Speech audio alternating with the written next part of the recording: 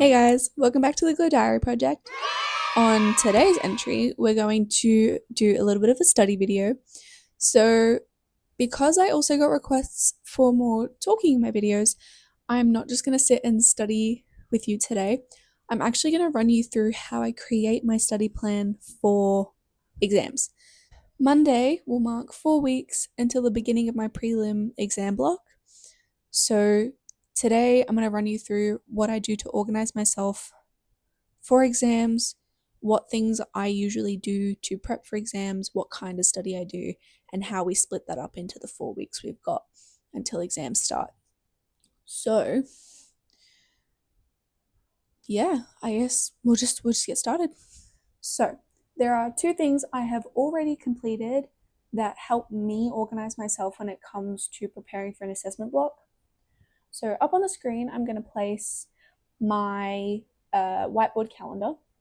So on the whiteboard calendar, you can see that I've color coded each subject. I did this at the beginning of the year. If you don't like color coding things and it's not something that you do, ignore that part. But it's something that really helps me because on my laptop, my folders, my physical folders, the things that I write the subjects in, everything I use is the same color every time, which just means for my brain, I register that color is that subject. So it really helps me. If it doesn't help you, ignore it. Anyway, I then obviously color code school events and things on there as well. I have currently put in everything that I know of for the next 4 to 5 weeks on here. The more important things are deadlines for school, so like showcase submissions and dates of actual soirees and showcases. And then obviously on the bottom, you can see there's the exams that are coming up. Anyway, this is what my calendar looks like. If you're a visual person like I am, this might be a really good tool for you. I love using my whiteboard calendar. I always forget about my calendar on my phone, so this works great for me. Although what I have done is ensured that the whiteboard calendar is solely for school and like event related things. Whereas my phone calendar, I have weekly things like when I go to the gym, if I'm tutoring kids, different things that all fits in my phone because I need reminders for those daily as I'm going about my business. Because if I forget that I am tutoring someone and I go home, I can't tutor that person. Similarly, if I'm going to the gym, I take the bus to the gym usually. So if I get on the train, what am I doing? Although I likely won't forget those things because they're a routine now, but that's how I help build my routine. Anyway, I do recommend if you're a visual person like I am, getting a whiteboard, especially moving from year 11 into year 12. Having your thoughts down on a physical surface makes things so much easier. I also have a square whiteboard, which I'm not going to show you an image of because there's nothing on it at the moment, that is next to my whiteboard where I write to-do lists. If I'm in the middle of studying, I will often it's those command strips. I use the Velcro-y command strips. So there's one that's on the wall that's sticky to the wall and Velcro, and then there's Velcro on this side and sticky to the whiteboard. So I stick those to the wall, obviously, so I can take it off if I want and use it as a whiteboard when I'm studying, which is really helpful. But I write to-do lists and things on there all the time while I'm doing work so that I can see it. I don't have to be on my phone, I don't get distracted, and it's right in front of me. So it makes my life a million times easier. One other thing I have also done to prepare myself for prelims, we got given similar to an assessment notification, but what do they include? They've called them revision guides. So they've included all the things you'd get in an assessment notification, like the time that you'll have to complete it, the weighting, equipment you require. Some of them have included exam format, the topics that you're being examined on, and then different resources and things that you should use to revise or topics that you should revise.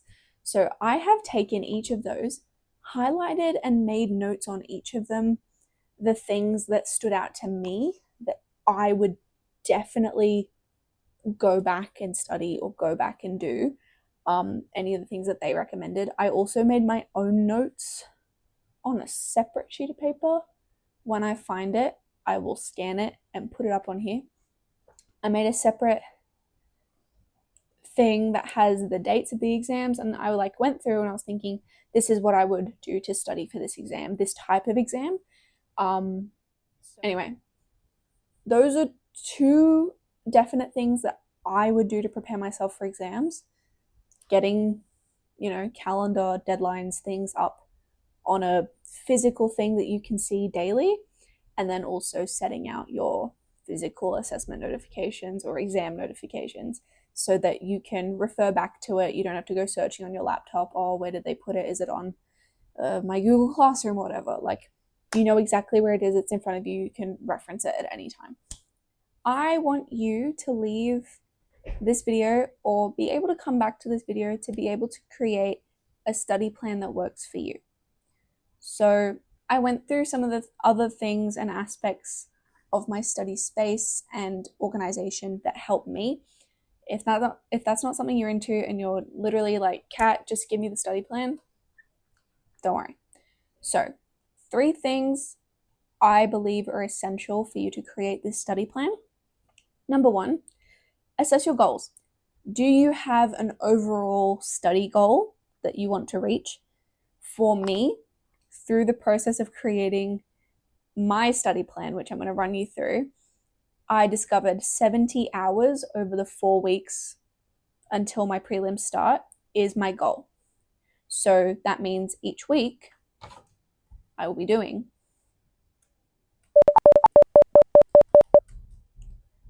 around 17 hours. So what does this mean? I have 17 hours within the week to play with. I can choose how many hours each day I want. So going through each day of the week and assessing and deciding how many hours you want to dedicate to study per day of the week.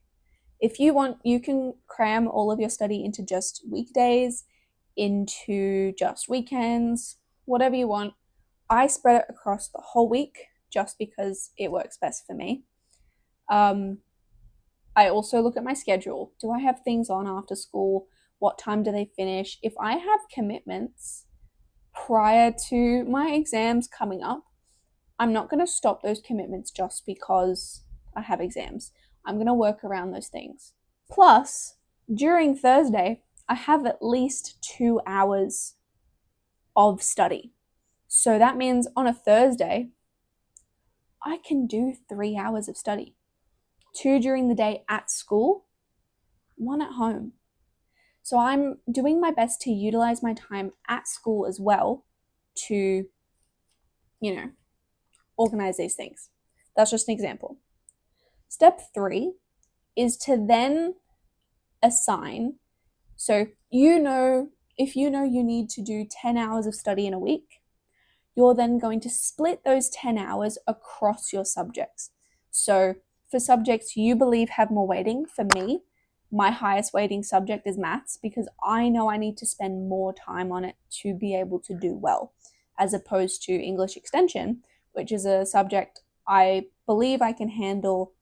With that being said, if you have 10 hours in the week, you split those 10 hours between, 2 for this subject, 3 for this subject, 1 for this subject, whatever. Then after that, you're going to take those hours, take the week that you assigned, I'm going to do 2 hours of study on a Monday, 3 on a Thursday, whatever, and you're going to match them up. You're going to go, okay, I wanted to study 2 hours of English per week.